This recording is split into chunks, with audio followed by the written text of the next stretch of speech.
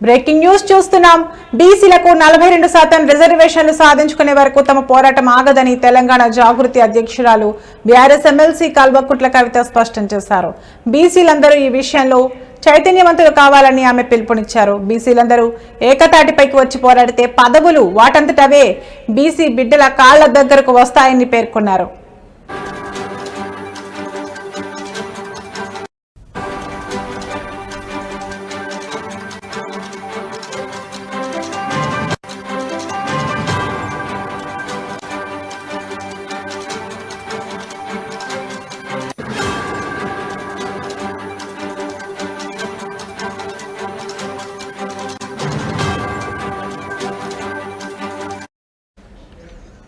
ఎన్నికల సమయంలో కామారెడ్డిలో కాంగ్రెస్ అగ్రనేత రాహుల్ గాంధీ ప్రకటించిన డిక్లరేషన్ను సాధించేంత వరకు పోరాడతామని ఆమె అన్నారు. మెదక్ జిల్లాలో కామారెడ్డి డిక్లరేషన్ రాజ్యాంగబద్ధంగా 42% రిజర్వేషన్ల సాధన అనే అంశంపై జరిగిన రౌండ్ టేబుల్ సమావేశానికి కవిత ముఖ్య అతిథిగా హాజరై ప్రసంగించారు.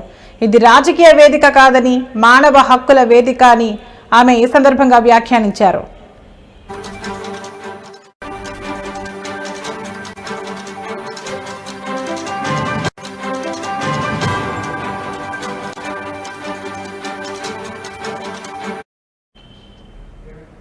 విద్యా, ఉద్యోగ, రాజకీయ రంగాల్లో బీసీలకు వేర్వేరుగా రిజర్వేషన్ బిల్లులను రాష్ట్ర ప్రభుత్వం ప్రవేశపెట్టాలని కవిత డిమాండ్ చేశారు.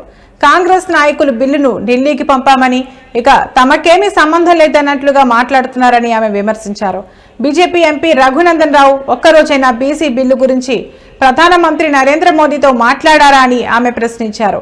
బీసీ బిల్లు ఆమోదం పొందితే బీసీలకు ఉద్యోగాలు, రాజకీయ అవకాశాలు, తగినన్ని నిధులు వస్తాయని కవిత అభిప్రాయపడ్డారు. కాంగ్రెస్ ప్రభుత్వం చేపట్టిన కులగణనలో చిత్తశుద్ధి కొరవడిందని ఆమె ఆరోపించారు.